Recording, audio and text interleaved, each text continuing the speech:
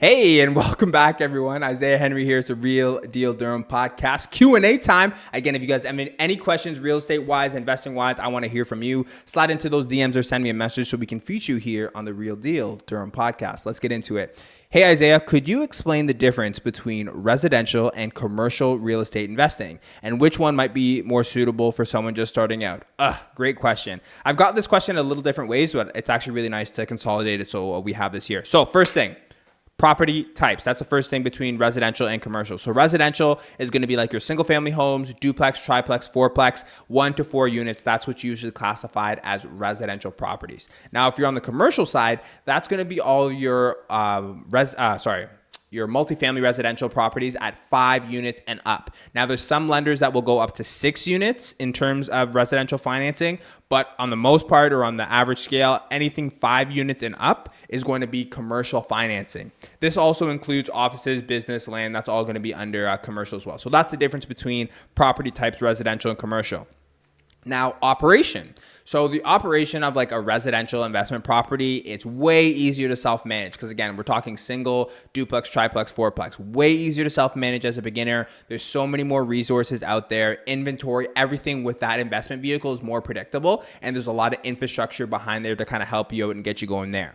Now, again, if you're going to go on the commercial side, there is some better cash flow. There is some better ways to create income and drive the value of that property up just based on commercial financing. And it's actually built for investors. Like I think a lot of the times we take the single duplex, triplex, fourplex, and we really force the investment in there. Don't get me wrong, it still works and I do it myself. But on a commercial asset, like that's literally what it's built for. It's built for investors, and even the financing helps you really increase the value a lot faster than a residential property that's evaluated on comparable sales when a commercial property is valued on the net operating income, and we can get into that a little bit later. Again, commercial, they're built for investors. It's more management intensive just because there's a little extra layers that go on than a traditional residential property, and much, much more capital intensive. I feel if you're not ready to make that capital jump from residential to commercial, I would definitely say recommend either getting a mentor, working with a partner, or just taking a sec to save up because there's a lot more capital up front or during that project to get that commercial property where you want it to be as opposed to a residential property there. Again, slightly more complex, but not much, and very doable if that's something you want to do, but you just need to understand the difference in operation between a residential and a commercial property there. And financing. Now, residential financing is great. You're able to access all the residential financing programs, and there's way more lenders who do residential than commercial. You can buy these properties for as little as 5% down. Yeah, like you go find a duplex, 5% down, live in the top, rent out the bottom, boom, you're house hacking like a champ, and you're only 5% down into this great property. So on the commercial side, it's a little bit different. Nobody's doing 5% down unless you got one of those great CMHC programs that are a little bit more niche to get into. But typically you're going to be around 25 to 30% down financing, and a lot more closing costs and fees. You'll probably have lender fees. Your appraisal is going to be a little bit higher, and some of the due diligence is going to cost a little bit more money as opposed to a residential property there. The one thing that is great about commercial properties is that you have a little bit more opportunities for creative financing. Seller financing, VTB, CMHC, and some commercial products are more available on the commercial side as opposed to the residential side.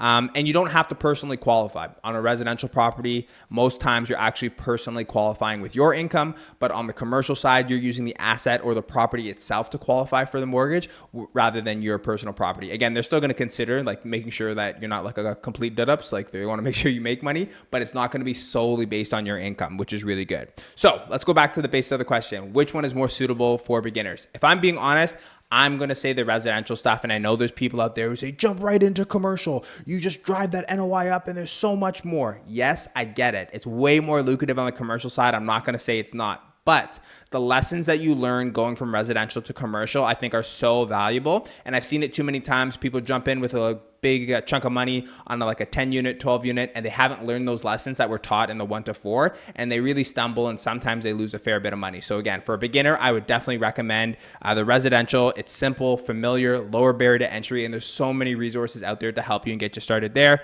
Whereas commercial, it's a little bit more complex, higher barrier to entry, more capital intensive, but it's a higher return for a little bit higher risk. So guys, I'd love to know what you think. Should it be commercial or should it be residential? What is great, the best for a beginner? Leave a comment for me, send me a DM. I'd love to know your thoughts on this one here. But again, thanks guys for the questions. If you have any other questions, I'd love to hear you. Let's get the conversation going and get the community all topped on the real estate education. It's Isaiah Henry. It's the Real Deal Durham podcast, guys, and we'll be right back.